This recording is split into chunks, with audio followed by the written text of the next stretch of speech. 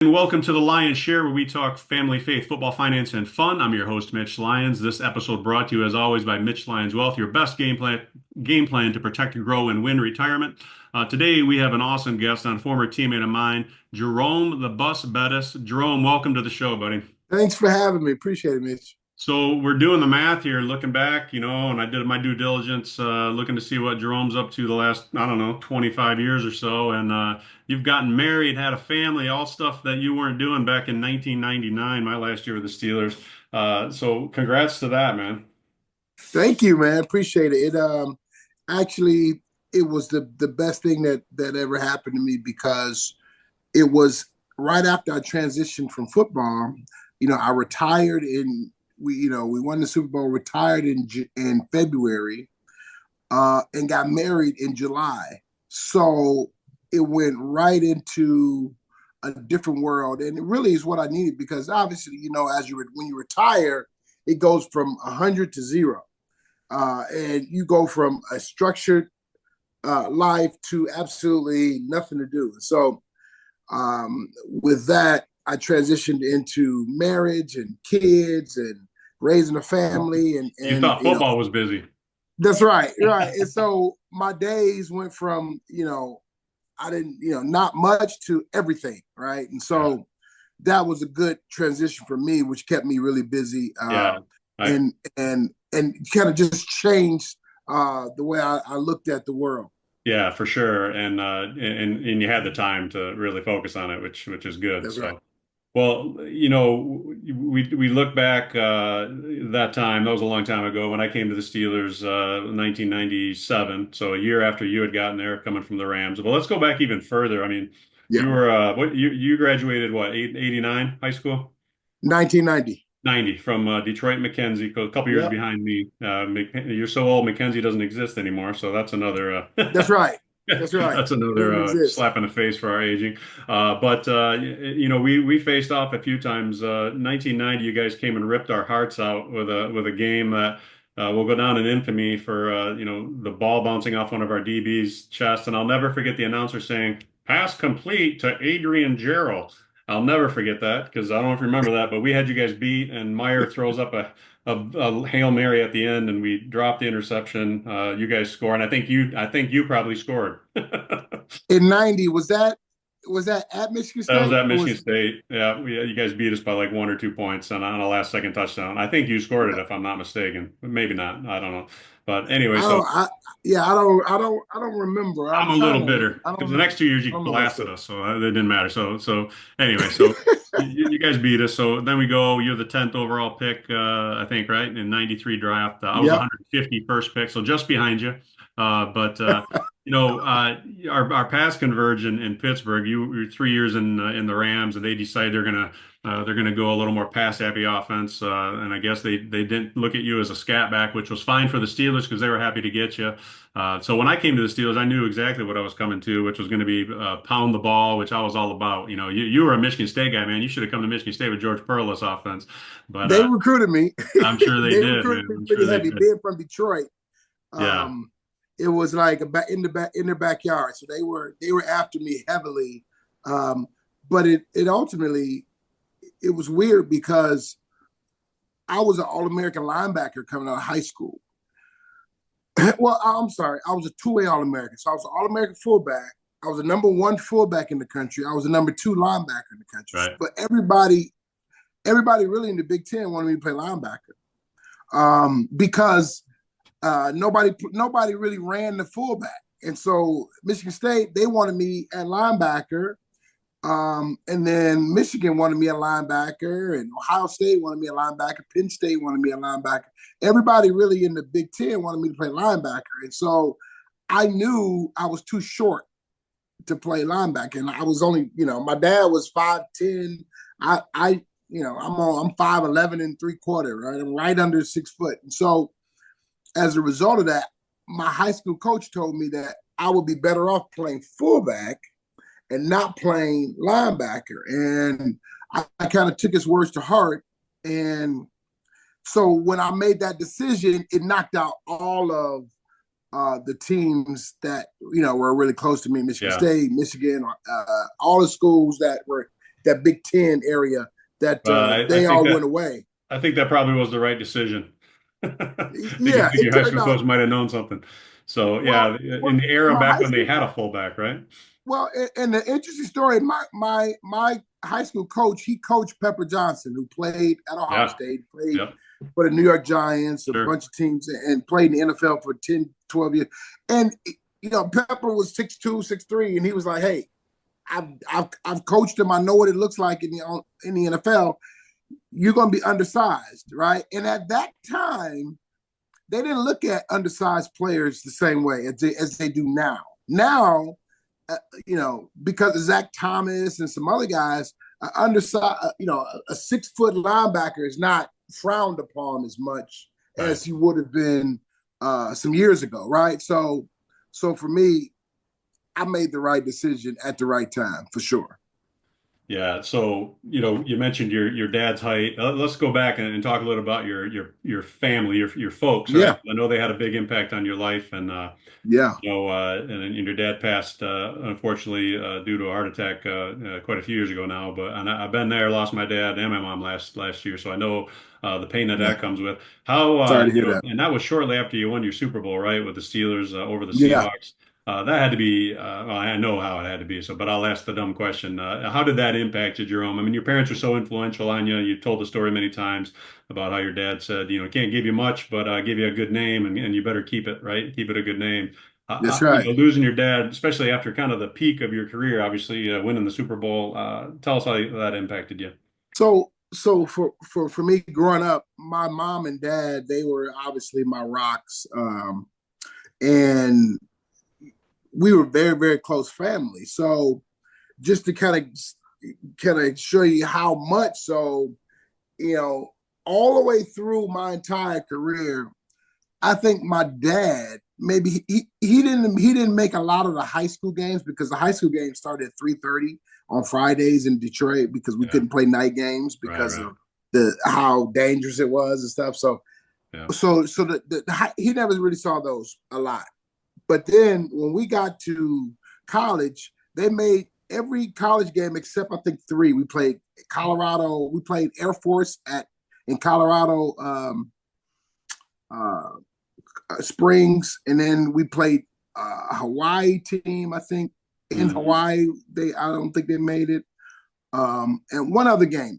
And, so what I don't remember it, but they only missed like three games in my yeah, college career, and they never missed one game in 13 years of me playing in the NFL. Right, yeah, so they were always a consistent part of my life, my entire life growing up. Were very close. Saw mom, dad every week. Right, so it was one of those type of relationships where we spent all of our time as a mm, unit, really. And so the blessing was they took the same ride with me on my football journey, right? Because you know, my rookie year, they were there every week. And I was in LA. So they flew from Detroit to LA every single week, right? And so they went through all of these moments with me um, until I got to the Super Bowl. The Super Bowl was in Detroit of right. all places, right? So Yep. now, I the best way I saw I was able to honor mom and dad. We had a big dinner at the house. All of the teammates came before the game, before the game, and so it was just a great moment for them, right? To celebrate them for all the years that they had sacrificed and made it to all of my games, and so then we played in the Super Bowl, and one thing I wanted to do was I got him a suite in the Super Bowl, right? And I'm like, wanted to do it up for him Yeah. because this was the end of their journey too, right? I just didn't know it cost so dang much. It's bad So enough regular season, much less Super Bowl. I mean, I played the game for free. That was like that for real. But they had an incredible time, and I'm glad I was able to do it in hindsight. Right. Because I lost my father, shortly after, and it was one of those you never expected. Obviously in a million years. But I was so happy that he got a chance to see me in my finest hour Yep. winning the championship, and he was able to be a part of that. So that was the part where you feel good that he was able to see his son have a measure of success to a Right. degree, and so that was that was the feel good part of it. But it was devastating, obviously, for me and for the family, and so we had to kind of just pick ourselves up and move on. And it was it's never a day you don't think about dad. It hits you at My mom, the weirdest times too. Sometimes it after all these does. years, I know. I mean, it's only been a couple years for me, a year and a half since I lost my dad, but I'm sure it probably still happens to you, or just something pops out of the blue, and it's like, man, turn the tears on because it's just like grief is funny, man. Just this weekend, my son had a high school football game, playoff game, and my mom came in town for it, and my brother, and just I was sitting in the stands, and I'm saying it was kind of chilly and cold. I said, "Man, my dad would love this." I'm just just going Yeah, back thinking about those kind of moments. He would love to be right. yeah, And so you just all these moments that you know that they would have loved to share and participate in. yeah. That's kind of what you miss, and you find yourself thinking of them more and more. But I find myself too, I've been thinking about that, but then also looking at it as a father, right? I mean, my daughter won a state championship in basketball, 6 months after my dad passed, or not even 3 months after my dad passed. And same thing, man. As soon as the game was over, it hit me like, gosh, I wish she was here, right? And but as a father, Yes, our time is short, no matter how long we live. I mean, you only have so many times to impact your kids, and and I know your daughter's up at Notre Dame, your son's heading there next fall. yeah, You only get so many opportunities, man, and especially once they go to college, it's like that yeah. time is fleeting when you really think about how many times you're going to see your kids. I mean, it's not like when they're K through 12 and you're seeing them every day and you're taking them to school. So for me, it kind of motivates me to make as big an impact as I can. So when I am gone, they're telling pop stories about how I impacted them, right? That's right. That's right. Well, yeah, you mentioned the dinner before the Super Bowl. I remember the 1998 Thanksgiving Giving Day game, the coin flip debacle, but we had dinner at your folks' house that day too. I remember the Steelers all rolled Yes. in and a house or two, I think. I think the neighbors were involved. I think the whole neighborhood was doing that up to get everybody fed, so that was cool. And then you called Hales or I had Coach Cower on and we were talking about I don't know what you called, man, but it wasn't clearly heads or tails if we're being honest about it. Yeah, I started with the heads, but I called heads. I had to call heads in the at the beginning of the game, Yeah. and then right when at the beginning I was going to say heads again, but then I thought let me change it and go tails for the overtime. So I said tails, Yeah. and he heard the and Yeah. just assumed it was heads, Yeah, yeah, yeah. and So yeah. they win. Barry runs all the way down the field on us, and we lose, and that pretty much And imploded coach our fires season. me from the kickoff. I mean, from the coin toss. I never call another coin toss again. I'm fired. Well, they also invoked the Bettis rule after that, where you had to call it before they ever flipped it, starting the next week, I That's think, right. right? I think they That's changed right. that quick. They did. But well, okay. So you leave the NFL. Let's talk a little bit of business. So when you obviously start having a kid, you start having kids, and you're married, and but where's life taking you since? I know you're very involved. You got your foundation, the Bus Stop Share Foundation, which has done a lot of good in Pittsburgh and Detroit. What other things you're involved in? I know you got a couple entities out there you've done.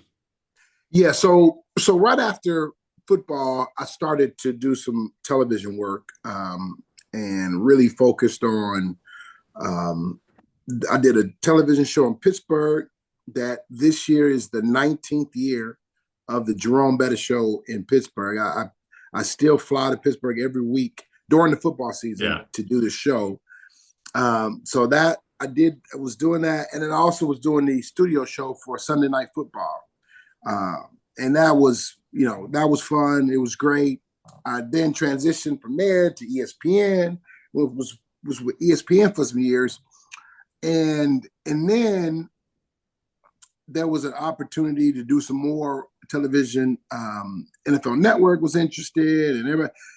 And so what I had to make a decision though at that point. My son, I think, was about 8, and I said to myself, I had children later so that I Mhm. could be in the home and I can impact their life growing up. And to that point, I was on the road, you know, 4 days, 3.5 days a week, right? Because I would fly into Pittsburgh maybe Friday morning and then not get home until Monday, right?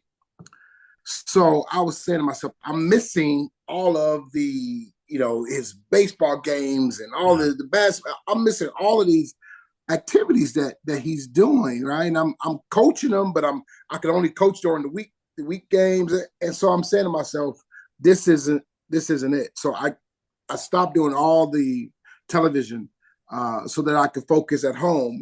And from that point, I was pretty much home. Now, obviously, I still had other commitments, but a large chunk of that, every week thing kind of went Right. away, and the commitment there to be there for my son and raise him to be the young man that he is. That was the priority Yeah. for me. So that changed. But then I was also involved from a business standpoint.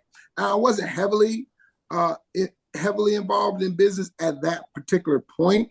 And then got involved in a staffing company in Michigan, and then transitioned to a partner with another a staffing company, and now have a bigger staffing company that I'm a part owner in, and that's called MBC Staffing. And so we do light industrial, that kind of thing. So that was that was part of it. Now, I was always doing the endorsement stuff and brand ambassador, things like that. So Sure. that had always continued on. So I was always involved from that standpoint. But then some other opportunities presented itself. A development company doing some development work in Detroit. That came alive and became an opportunity. And Were you actively involved in those, or are you actively involved day to day? yes, Okay. yes, So actively for our involved listeners in. out there or people watching this, I guess share with us, I guess, in your background in football, some of the characteristics and traits you picked up from football. How has that impacted your Yeah, ability to run a business? great question. Well, what I've learned in football is one, you develop your leadership skills. Obviously, you're in the locker room with 50 other men, and you've got to influence and impact them, and so you learn how to talk, when to talk, what to say, what not to say, when to put an arm around a guy, when to you know tap on his helmet, so it really enhanced my leadership skills from that standpoint, but also showed me how you manage a team, right? How you develop a team, how you get everybody to buy into the team concept. Because what I found early my career in Pittsburgh, and then later in my career, I found what worked and what didn't work. And what was happening a lot of times earlier in my career, a lot of guys got real very cliquey in the locker room. And what I found when we won a championship, we were very much a very close group, not just the clickies, but all of the guys Yeah. would come together and do different stuff. And we made a concerted effort to keep everybody involved, right? And everybody participating in the collective. And so I understand that concept, right? Yeah. And then you also you learn that you have to be in the building. You have to be there. You got to be visible. You got to, because nobody's going to work as hard as you. But I will say this: you've never seen a leader lead from behind, right? You've never seen a leader lead and say, "Hey, go in there, burning building." You guys No, go first. right. That doesn't work, right? When they see you go in there, they go right behind you, right? And Yeah. they're gonna go 100 miles an hour right behind you, but you got to be willing to do the work, right? And so that's what I found, and that's what I've kind of taken with me in business, is that if you don't show that you're 100% committed, you can't expect someone else to be 100% committed. Yeah, I always and when I was talking with Bill Cowher a few weeks back, his thing was always talking about the mindset, right? You got to have the mindset, and he actually told a funny story about he's talking about we're out, we're not practicing in the bubble because we're not playing in the bubble. He goes, and then we're out there standing, and I'm jumping up and down, and Jerome says, well, if you're not cold, coach, why are you jumping up and down? He goes, I'm working on my mindset. I'm working on my mindset. So, but he always this one always stuck with me too. Where he would say, I'm going to treat you all fairly, but I'm not going to treat you all the same, right? And everybody's a little different, right? When you're dealing with personalities on a team or in an organization, Absolutely. you got to treat them all a little different because somebody needs that pat on the back, and other guys need a kick in the butt, right? That's right. That's right. And you got to know who needs what, right? As a leader, you got to kind of figure that part out, right? And so Yeah. that was, that's a big part of the process as well, really big. Yeah, well, great. Well, all right. So let's talk a little football here. I mean, obviously, people are well familiar with you, and let me just ask you this because you're my third Hall of Famer on the Lyons Share now. I had Dermontti Dawson, Coach Cowher, and now you. You get elected and put in the Hall of Fame in 2015. Jerome, what did that mean to you? I mean, as a kid growing up in Detroit, having dreams, we all had the dreams of playing pro football and whatnot. For me, I mean, it was never, oh, I'm gonna make the Hall of Fame. It was just play pro football, right? But to take that to the next step where, man, you're getting inducted in with all the greats that you grew up worshiping, right? What did that mean to you? Well, let me give you a funny story about that. As a kid, I never grew up wanting to play football. I didn't play football, and people don't want to know this. I didn't play football until high school. Okay. I was a bowler. I So knew I that. I was getting to bowled, that. right? I bowled from like 5, 6 years old up until I was 14. The only reason I stopped bowling was at a young age, I was very thoughtful in my future, right? And I had an older brother, older sister. And I knew financially we couldn't really afford a whole lot. And so for them to go off to college, I knew my turn was going to be a weak opportunity because they would already have they would be in school and finishing up school, and there wouldn't be any money for me, right? They'd already siphoned off Right, all the the cash, tank. right? So I'm saying to myself, how can I get to college?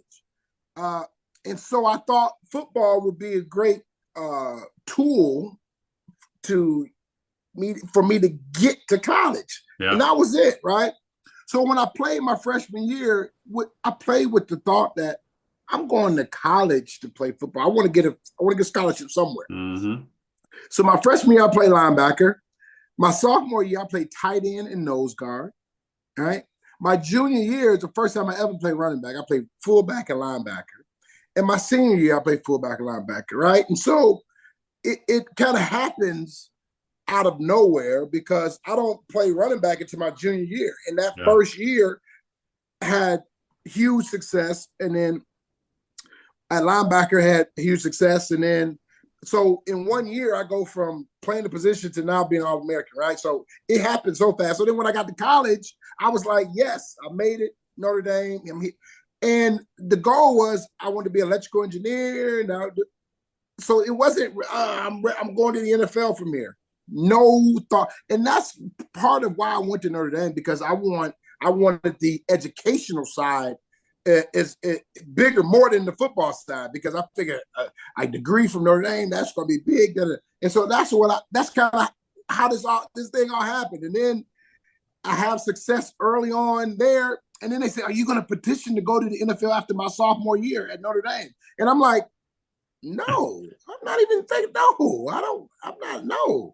So then after them saying that my sophomore year, then I have a really good junior year. Then they say, hey, you gotta go, right? And Yeah. so then I saw the opportunity from my mom and parents, my dad. So it was never, my goal was never, I didn't even know about the Hall of Fame, didn't even consider Right. it. Right. So my goal was to get to the NFL, play 3 to 5 years, right? Save some cash and then, go off and do some Yeah. other things. So that was my thought, right? Because at first I'm thinking I'm gonna play fullback. Fullbacks don't have long careers, yada, yada, yada, right? So things start changing and then, I run a 4.52 at 255 pounds, and they're like, "Oh man, we might can play you a You might tailback." I'm be a like, okay, tailback. right. Yeah. And then I saw how much fullback make, how much tailback make. I said, yeah, I can play tailback. And so then, and now like people ask me all the time, which ring is more important, your Super Bowl ring or your Hall of Fame ring? And I tell them without a doubt, Super Bowl ring, because every year my goal was to be the best version of myself so that we can win a championship, right? And it took every year, right? I didn't win into my last year. So every year I was trying to reinvent myself, become a better version of myself so that I can get to this championship. The byproduct of all of that hard work ultimately became the Hall of Fame. So when I got into the Hall of Fame, it really wasn't until then that it really hit me how significant it was, right? Because here I am, and I'll never forget it. When I was announced that year, we were in Arizona, I believe, and they bring you in after you get announced. They bring you in and they interview, for the interviews. Jim Brown comes up to me and said, "We're all equal now," and I was just like, "Wow, Jim Brown." First of Yeah. all, he said, "We equal. We not equal. You the best running back ever, right?" But he was just kind of saying about we're all teammates now, right? And it was just a special moment when you realize the significance and the gravity of what I had been honored with, right? That they felt my career was such that it it will live in history, and I will be considered with these men, great men, Yeah. right, that played this game and made the game what it is, right? And so that was awe inspiring and amazing. And for me, I couldn't think but anybody except my family and the friends and the people really who had gotten me there, right? Right.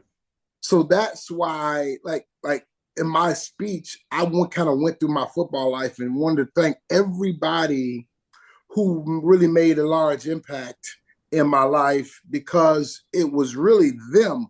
That was never my goal. So those people really did a number on impacting and molding and sculpting my football life because my journey initially didn't start as that is the end goal, right? And then I saw an opportunity to use it to influence and inspire my children, right, who were little kids at the time. So I wanted to use it to do a little bit more because for me, it was never about me, and it was always about the opportunity and what I could do with it, and how I could open doors, Yeah. and do more for others. So it was always a special time. I mean, and the game of football is all about being more than yourself, right? Bigger than yourself, and the joy of winning. Or people always ask, what do you miss about football, man? It's not even Sundays, right? It's just the camaraderie, it's the locker room, it's the busting on guys in the locker room and stuff. I always say, you can play golf the rest of your life, but you really can't simulate the that NFL locker room on the golf course or in the No, clubhouse. It's just not the same. But no, and I would think, going to the Hall of Fame, same thing, right? It's a culmination of all the people that have poured into you over your lifetime. I know you recognize Coach Holtz there, and obviously your family and all that. But the cool thing going forward, JB, and I'm sure you've experienced this in the 10 year since, is being able to go back to those ceremonies and be the Jim Brown for the next guy coming in, right? that's right. That's Because all right. of them are thinking the same thing. Jerome Bettis is saying I'm on the same team with him. What? I mean, that's cool, man. And it's cool for me, just even to to say that I rubbed shoulders with you for a few years, and got a few blocks here and there. But it's cool to see it happen to people that deserve it, man. Because I mean, you of anybody, I mean, you sacrificed a lot, right, on your body, the way you ran, right? And I saw you in there at halftime getting your asthma treatments every game, getting the inhaler and the mask and. I mean, just you were a warrior, man. And so after 13 years, and not to mention college and high school, how's your body feeling as a 52-year-old? Is relative. I say I'm 60 in dog years, because it's one of those. My years just kind of sped up because of the profession that I chose. Yeah. But physically, it's relative. I mean, you think 13 years in the NFL, how your body going to feel? It's not going to feel great, right? But I'm fortunate where I'm still, I'm able to do everything I want to do, play golf and do all this kind of stuff.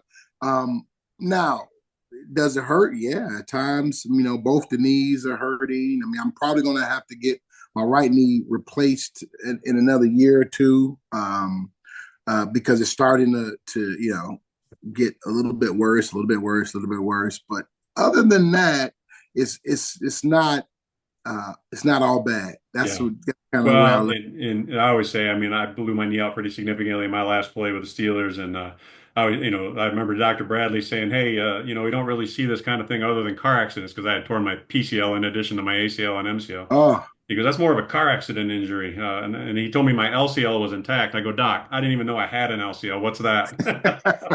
So that's when he advised me, "Hey, you're 29. You got a good family. You're pretty healthy. I'd hang it up if I were you." So I had to kind of already decided if I tore another knee because I'd already torn one in '97. But yeah, I mean, but my point is who knows? If you never played football, maybe you had been in that car wreck, and you might be banged up. Anyway, you never know where life takes you, and that's God, right. what God has in store for you. So, and I will say that, you and I both, we've got plenty of teammates that haven't made it this long, right?